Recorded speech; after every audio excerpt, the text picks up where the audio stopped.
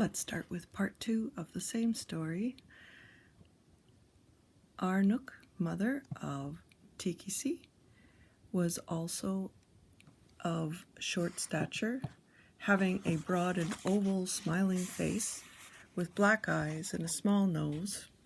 Her hair was long, straight blue, black, and usually worn and kept in a low bun at the back of her head, tied with a bit of sinew. Her boots reached high up her leg, right to the crotch, and instead of trousers she wore short panties made of foxskin. Extra long mane hairs from the forelegs of a male bear brim the top of her camise. Her amotic,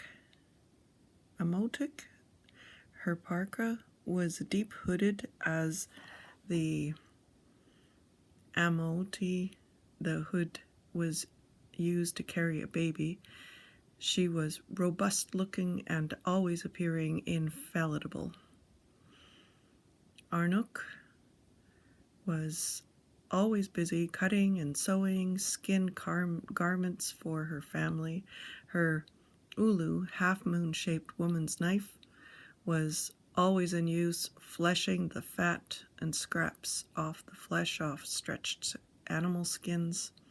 Tikisi's mother was also always chewing skins until there wasn't a speck of fat left on it before they could be tanned and dried or sewed into garments. Her sewing kit, consisting of her ulu and awl for making holes and a bird bone needle and sinew thread, was always in use and very valuable to Arnook. Arnook was a hard worker, and their home was always comfortable and habitable. Critleg, Tikisi's grandfather, an older version of Minook, lived in a similar abode nearby.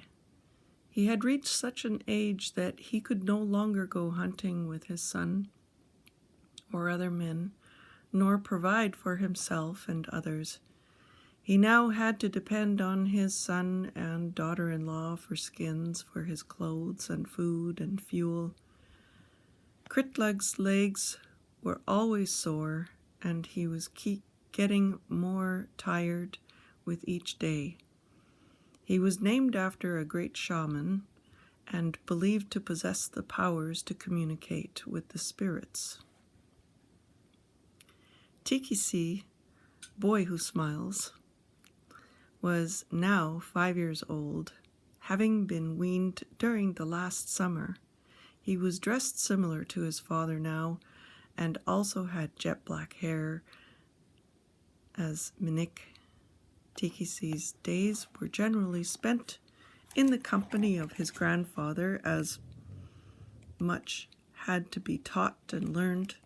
By the age of 8, he was expected to begin participating in adult skills.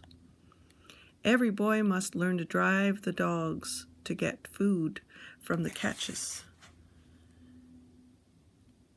be a good dog team driver, and be able to handle a kayak by 10 years of age. At the beginning of March, Tikisi woke one morning to the sounds of water talk and ice whispering, and knew that the long winter sleep was over and that spring had begun.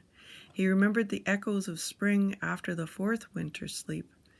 Tikisi and with his amulet, a talon from Tudaluk, a loon, a gift from his grandfather at birth, dangling from his neck, quietly left his father's side, dressed quickly, and went to his grandfather's house.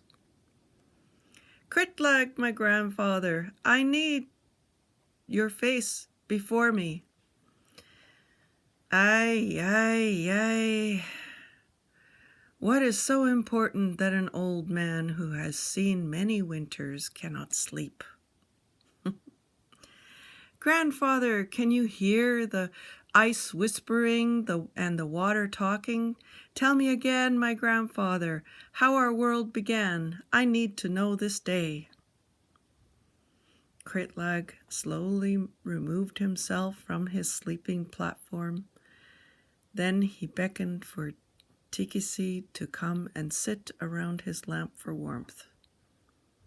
And Kritlag began. The Tamnaguk, once upon a time, in a time of grandfather's father, there was nothing but water.